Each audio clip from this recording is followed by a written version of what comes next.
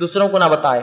نویں چیز جو ہم یاد رکھیں گے سنہرے اصول جس سے تعلقات قائم رہے اور طلاق تک بات نہ پہنچے ہوئی ہے، جو بیوی صاف ستھرائی اور خوبصورتی کا اپنے خیال رکھے، پاکیزگی اور خوبصورتی کا خیال رکھے تاکہ اس کا شوہر اس کی طرف گرویدہ رہے اور اٹریکٹ ہوتا رہے۔ ورنہ عموماً یہ ہوتا ہے کہ جب نکاح ہوتا ہے تو 2 5 10 دن، مہینہ 2 مہینے تو بیوی بڑی سج کر رہتی ہے، اس کے بعد پورا سجنا دھجنا اس کا ختم ہو جاتا ہے، اور اس کے بعد جو کچھ سجتی اور سنورتی ہے وہ اس سے اپنے شوہر کے لیے، دوسروں کے لیے، شوہر کے لیے نہیں ہوتا ہے۔ بہت سی بیویاں جب ان سے کہا جاتا ہے اسلام میں میک اپ تو کیا جا سکتا ہے جس میں اشیاء حلال ہو جو استعمال ہوتی ہو اور شریعت کے اگر مطابق ہو خوبصورتی ہو تو اپنے شوہر کے حد تک کیا جا سکتا ہے، شوہر کے حد تک۔ تو بہت سی بیویاں یہ جواز تو دیتی کہ ہم نے شوہر کے لیے سجتی اور سنورتی ہے، لیکن حقیقت تو یہ ہے کہ ایک دعوت میں جانا، میاں اور بیوی کو ایک دعوت میں جانا، میاں کہہ رہا ہے کہ میں 6 بجے آفس آؤں گا، تیار رہو۔ جو بیوی سج رہی کس کے نام سے؟ شوہر کے نام سے۔ دیکھیے اب کیسا سج رہی ہو۔ 6 بجے شوہر آیا تو تیار تھی، برقع اس نے پہنا، شوہر نے اسے نہیں دیکھا ابھی، اس نے منہ ہاتھ دھویا، گاڑی میں بیوی پیچھے بیٹھی اور چلی گاڑی۔ وہ محفل میں پہنچا، محفل میں جا کر کہا اب تم چلے جاؤ، وہ عورتوں میں چلے گئی، مردوں میں چلا گیا۔ محفل میں عورت رہی، وہاں اس نے برقع اتارا، تمام لوگوں نے دیکھا، اور پتہ نہیں محرم غیر محرم بنا تمیز کے مرد وہاں گھس رہے، سب نے اسے دیکھا۔ وہ ہونے کے بعد شوہر آیا، رات کے 9 10 بج گئے، 11 بج گئے، گاڑی پہ وہ اتری، پیچھے بیٹھی، تھوڑی بہت بات چیت ہوئی، گھر گئے۔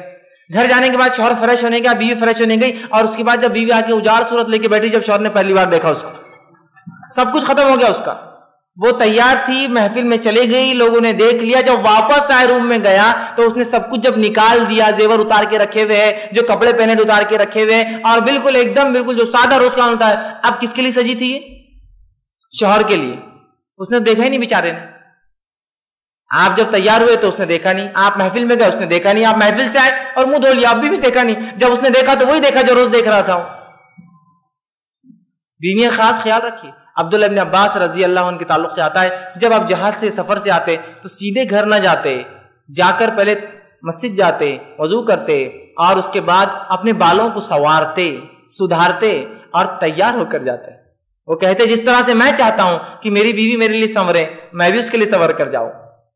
دیکھ رہے ہیں؟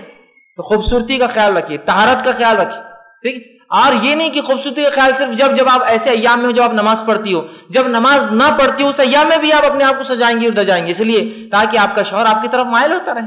سمجھ رہے بات کو؟ تو یہ بڑی اہم بات ہے، ورنہ ہوتا ہی ہے کہ جب عورتیں سجتی اور سنورتی نہیں ہیں تو آدمی کو پسند نہیں آتی، دل اس کا مائل نہیں ہوتا۔ تو اپنے شوہر کے لیے سجیے اور سنوریے، اور اپنے اس کے ظاہر سے شوہر کے لیے اپنے روم میں انسان سجتا اور سنورتا ہے، اس کا خاص خیال رکھے، ورنہ پھر انسان دوسروں کی طرف مائل ہوتے رہتا ہے، ٹھیک ہے؟ اور اگر وہ سجتی اور سنورتی ہے تو حلال چیزوں کا استعمال کرے، اور جو شریعت کے مطابق خود سجنا وہ ہے، یاد رکھیے۔